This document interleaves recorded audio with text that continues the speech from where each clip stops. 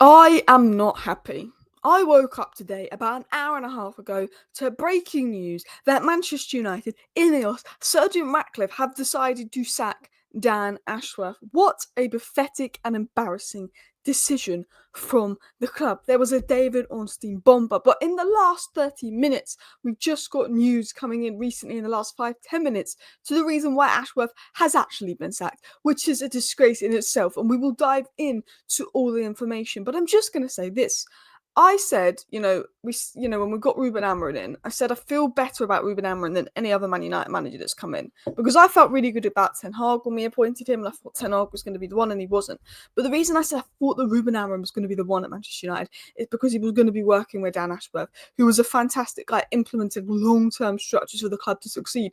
Dan Ashworth, if you keep him at this club for 5 years and you give him the freedom to do what he wants to do, I think could completely change this club around. And that is why I had so much faith in Amorim. And that's why I felt positive about INEOS, because I felt they had the right people in. And I feel sour about that loss to Nottingham Forest. I feel horrible about that loss to Nottingham Forest because, one, I actually think that the players just massively let us down. But I thought, you know what? I'm still positive about the club and the direction. I think Amorim's going to be the guy. He knows what the problems are. I think INEOS will solve the problems. No, all faith in INEOS has absolutely gone. I do not feel positive anymore. Now, Dan Ashworth dropped this breaking. Ashworth leaves after 5 months, blah, blah, blah, blah, blah, blah, blah.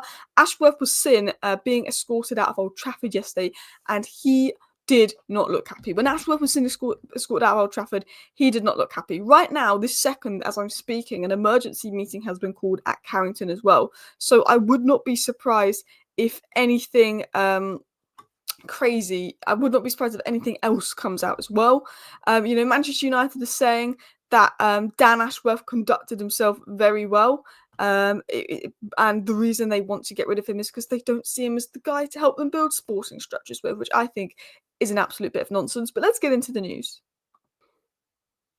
So let's dive into what's been said. So this was said in the original report, and then I'm going to dive into what's been said about the real reason Ashworth was sacked. The transition has not been smooth when Dan Ashworth's exit has been decided upon. Now, I'm going to just quickly add something here. I actually was really happy with the summer business that we did. I think for the most part it was good. I don't think you can expect it to be 100% perfect.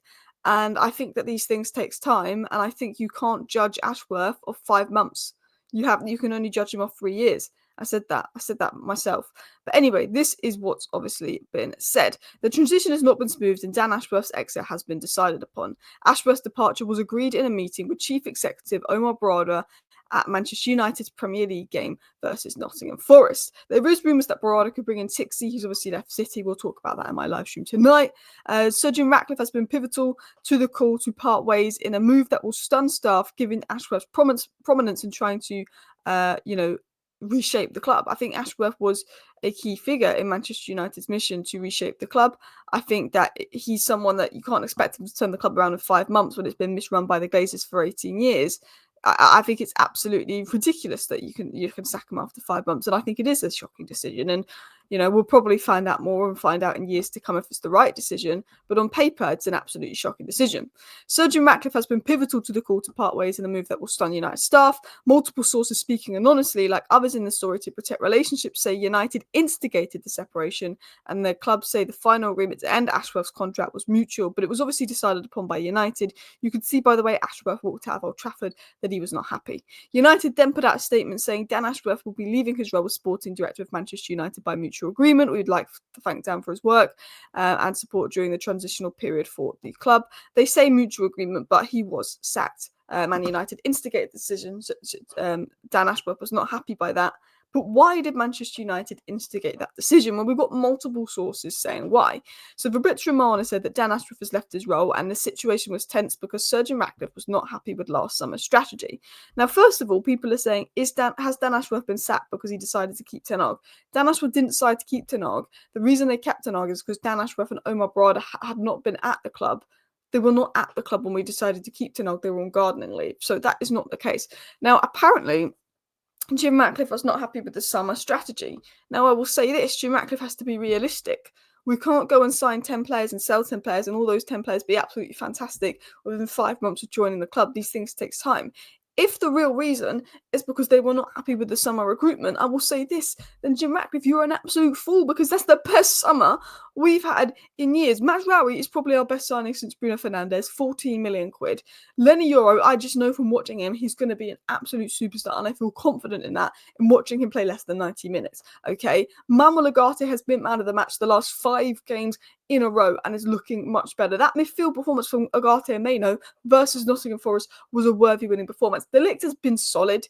Nothing special, but he's been solid. I think he's been good. Xerxes, the only signing that we brought in the summer that has question marks around him and hasn't quite performed yet. But Xerxes had 4 really good games from United where he's actually been used in his optimal role. And his last start under Ruben Amorim, he was arguably man of the match. I'm not saying that all 5 of those signings will work out, but if we sign players and 4 out of 5 of those signings are still here playing under Amorim in 2 years' time, and they're part of Amorim's team that's going to push for a title, I think it's a bloody successful summer. And I'm confident that Euro, Mazraoui and Ugarte will be key to anything that Amorim does in the next 3 years. Potentially De Ligt and Xerxes, they're the only ones with question marks around, but at least 3 of the 5, I think, could be in a title-winning team. So I think this is an absolute cop-out from INEOS. And if they have sacked Dan Ashworth because they are not happy with recruitment, have you not seen the recruitment Murphy did? 85 million on Anthony, 70 million on Casemiro, chased the young all summer.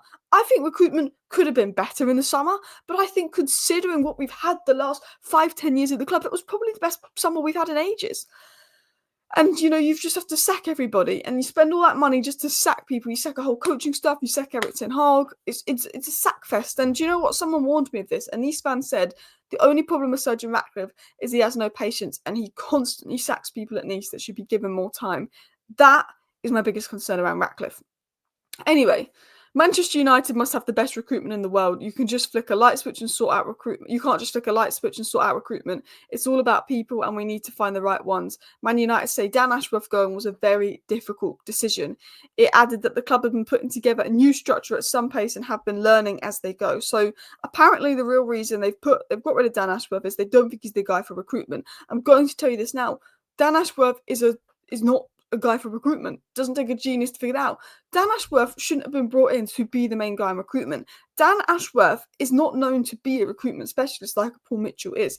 Dan Ashworth is known to be a guy that is really good at resetting the culture of the club by putting structures in place in the men's team, the women's team, the academy team, bringing in people to do the recruitment. Dan Ashworth excels in setting Brighton up so that Brighton could succeed for the next 10 years. And that's what Brighton had done, because he's put the structures in place to allow Brighton to have the best in recruitment, to allow Brighton to have the best at this, the best at that. Dan Ashworth would put the structures in place to allow Manchester United to have a commercial advantage, an advantage in our academy, and he would bring in recruitment specialists that he wasn't allowed to bring in to do the recruitment. Dan Ashworth himself has always said he's not best known for him going out and doing recruitment. He can do it, but he's known for putting the structures in place so that the club is efficiently run. So to say that you're going to sack Dan Ashworth because you're not happy with the recruitment is an absolute farce and a disgraceful excuse. The United stand understands that Dan Ashworth conducted himself with integrity and decency throughout his time at Manchester United. We're told that United have been building a new sporting structure as of late, with the processing move at pace and the club learning what best structure is to get United winning again. For me, I do not agree with the decision to sack Dan Ashworth. I know what he did at Brighton. I know what he done at England. I know the job he has done. And I generally think that Dan Ashworth could put the structures in place to get Manchester United back and winning again. He's not here to do recruitment. He's here to put the structures in place. And they've decided they don't want him. Apparently that is why. Which is interesting, because back in February, Ratcliffe just said, I think Ashworth is 10 out of 10 sporting director, one of the best around. He'd be very good for Manchester United. Somebody like Ashworth would see the United job as a very interesting challenge at this stage in his career. So what changed, Ratcliffe? What changed? I agree with some of these things I'm going to share. Dan Ashworth, hailed as the prime example of INEOS bringing in top-tier talents, now seen as a mistake after just 5 months. The misstep sends shockwaves through the club and raises serious questions about the leadership and decision-making. Embarrassing from INEOS, I agree. Ashworth was once approached by John Murtagh for the Manchester United job, but after a few years ago, but reportedly declined.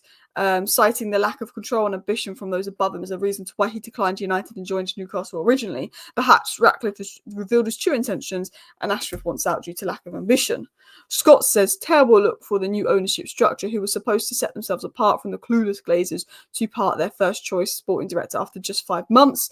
Add to Ten Hag's extension and sacking maybe the catalyst of this. It's not, because Dan Ashworth wasn't here when we gave Ten Hag an extension, but he was here when we sacked Ten Hag. Spending on compensation fees and decisions to claw back on ticket prices, comments about the women's team. Don't think it was possible to plunge further into a mess, but hey, INEOS have managed it. All of this after an appointment of a new head coach who's already discovering how deep the problems lie at United and settling structure he was sold into joining within a few weeks. It's circus. I feel sorry for Amro because he was obviously joining upon working with Ashworth. Looking like it seems Brad and Wilcox, who've worked together before, have a good relationship. Maybe Ashworth wasn't the right fit for the dynamic. And then as Sack said here, considering we've had to up the ticket prices and make people redundant, cut costs and create more revenue, they've made light work of wasting money on replacing staff. We're now in discussions of this ruthless, or is it just incompetent? Ten Hag's extension to be sat within months. Ruven Nistelrooy, Hake and Co coming in to be sat within months. Now Ashworth. Absolutely spot on.